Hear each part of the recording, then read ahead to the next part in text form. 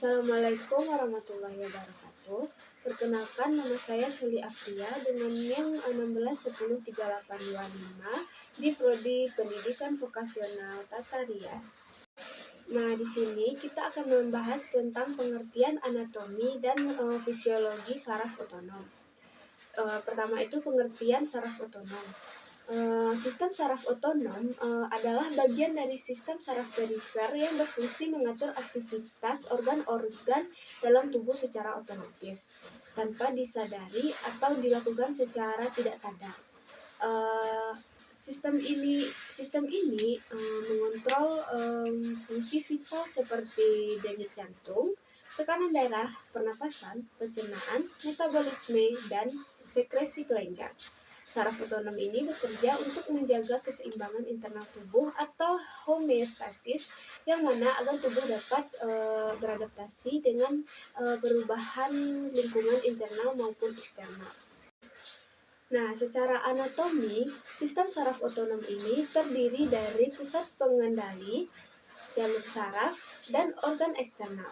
Nah, pertama kita akan membahas pusat pengendali saraf otonom dulu, yang mana pusat pengendali utamanya itu berada di yang pertama itu di hipotalamus, yang mana hipotalamus ini merupakan pusat tertinggi pengaturan saraf otonom. Yang kedua itu adalah batang otak yang terdiri dari medula oblongata, pons, dan mesencephalon. Dan yang terakhir yaitu adalah sumsum tulang belakang. Pusat-pusat ini mengatur refleks otonom dan mengordinasikan respon tubuh. Ya.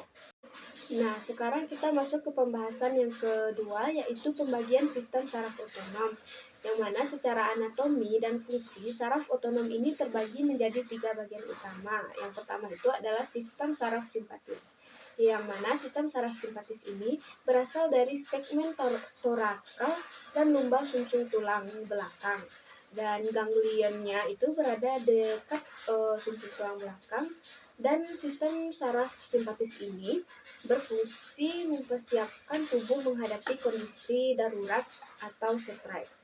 Dan sistem saraf simpatis ini juga dikenal sebagai fight or flight system. Contoh efek dari saraf simpatis ini yaitu meningkatkan denyut jantung, melebarkan bronkus, menghambat pencernaan, dan meningkatkan tekanan darah.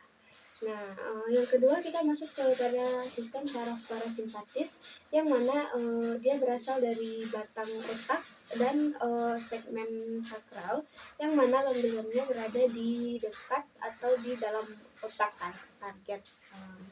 Dan sistem saraf parasimpatik ini juga berfungsi mengembalikan tubuh ke kondisi normal atau istirahat, dan juga disebut dengan rest and digest system. Nah, contoh efek dari sistem parasimpatik ini yang pertama itu menurunkan denyut jantung, merangsang pencernaan,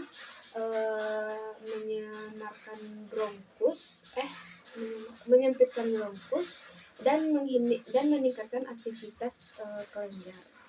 Nah, dan yang terakhir itu yaitu ada sistem saraf enterik, yang mana sistem saraf enterik ini terletak di dinding saluran pencernaan, dan juga di sistem saraf enterik ini dapat bekerja mandiri atau dikendalikan oleh simpatis dan parasimpatis. Dan juga sistem saraf enterik ini juga mengatur gerakan usus, sekresi enzim, dan aliran darah pencernaan. Pembahasan ketiga yaitu jalur saraf otonom, yang mana saraf otonom ini memiliki 2 neuron.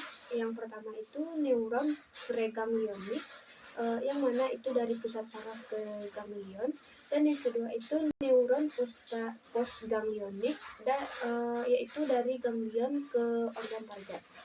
Nah, sekarang kita masuk ke pembahasan baru, yaitu fisiologi sistem saraf otonom. Yang pertama itu ada mekanisme kerja, yang mana sistem saraf otonom ini bekerja melalui impuls saraf, terus pelepasan neurotransmitter, dan ikatan dengan reseptor pada organ target.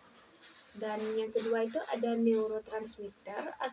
Yang pertama itu ada di asetilkolin, yang mana itu dapat digunakan oleh semua neuron preganglionik dan digunakan oleh neuron postganglionik parasimpatik. Nah, di sini juga ada norepinefrin atau noradrenalin yang mana digunakan oleh neuron postganglionik simpatis. Fungsi fisiologi saraf otonom yaitu mengatur fungsi organ vital, terus menjaga keseimbangan internal tubuh, mengatur respons stres, dan mengontrol metabolisme dan suhu tubuh, serta mengatur sekresi hormon dan enzim. Jadi, kesimpulannya, sistem saraf otonom ini merupakan bagian penting dari sistem saraf yang mengatur aktivitas organ tubuh secara otomatis atau tanpa kita sadari. Secara anatomi, sistem ini terdiri dari pusat pengendali di otak dan sumsum tulang belakang, serta jalur saraf preganglionik dan postganglionik serta organ efektor. Secara fisiologi, saraf otonom ini bekerja melalui impuls saraf dan neurotransmitter untuk mengatur fungsi tubuh. Sistem saraf otonom terbagi menjadi saraf simpatis, parasimpatis, dan enterik yang bekerja secara seimbang dan saling melengkapi. Keseimbangan kerja ketiga sistem ini sangat penting untuk menjaga homeostatis dan kelangsungan hidup manusia. Sekian itu saja yang dapat saya sampaikan. Jika ada salah kata saya mohon maaf. Wabillahi taufiq wal hidayah. Assalamualaikum warahmatullahi wabarakatuh.